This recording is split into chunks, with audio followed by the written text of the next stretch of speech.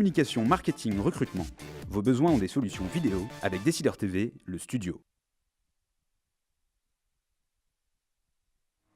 Bonjour à tous et bienvenue dans ce nouveau Duplex Bourse du lundi 17 mars 2014. On se connecte tout de suite à la salle des marchés de Bourse Direct avec notre expert Frédéric Garcia. Bonjour Frédéric. Bonjour Laura Jane. Alors la Bourse de Paris reprend des couleurs après 2 semaines de baisse consécutive et ce malgré les sanctions à venir concernant la Russie. À quoi peut-on s'attendre cet après-midi dans ce contexte, Frédéric ? Oui, alors c'est vrai qu'on a eu une ouverture quasiment inchangée sur le marché, puis après on a repris un petit peu de hauteur. On a emboîté le pas aux futurs américains qui se sont redressés, donc actuellement on est en progression de 0,7% autour des 4243. Ce qui est à noter, c'est qu'on a comblé un gap baissier qu'on avait laissé vendredi dernier à 4251.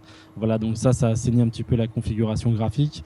Et puis voilà, donc ce week-end, la Crimée s'est ralliée à la Russie. C'était prévisible, néanmoins, il n'y a pas eu de débordement, tout ça. Donc ça s'est fait relativement dans le calme.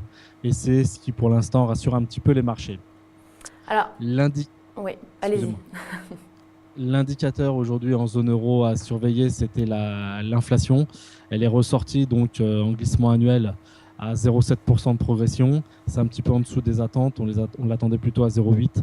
Voilà, donc ça pourrait pousser la BCE et Mario Draghi à prendre des mesures dites non conventionnelles lors de la prochaine réunion, ou tout du moins dans une optique relativement court terme. Alors dans ce contexte, quels sont les supports et résistances à surveiller aujourd'hui ? Résistance très importante, 4250, 4260. On l'a tutoyé dans la matinée. Pour l'instant, on ne l'a pas franchi. Si on passe au-delà, ça devrait nous préserver donc d'une reprise du mouvement baissier et on pourra aller chercher 4280, 290, voire 4350. A contrario, si on n'arrive pas à passer cette zone résistance, on pourrait revenir chercher un support autour des 4210.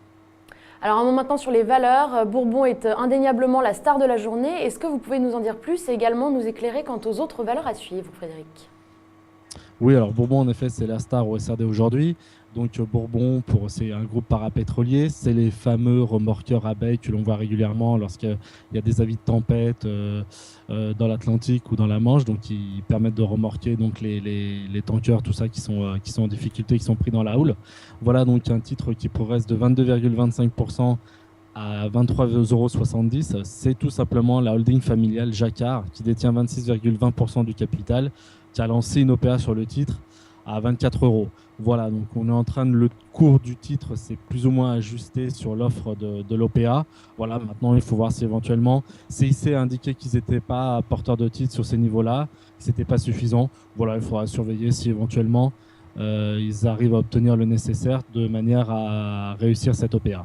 À surveiller par la suite.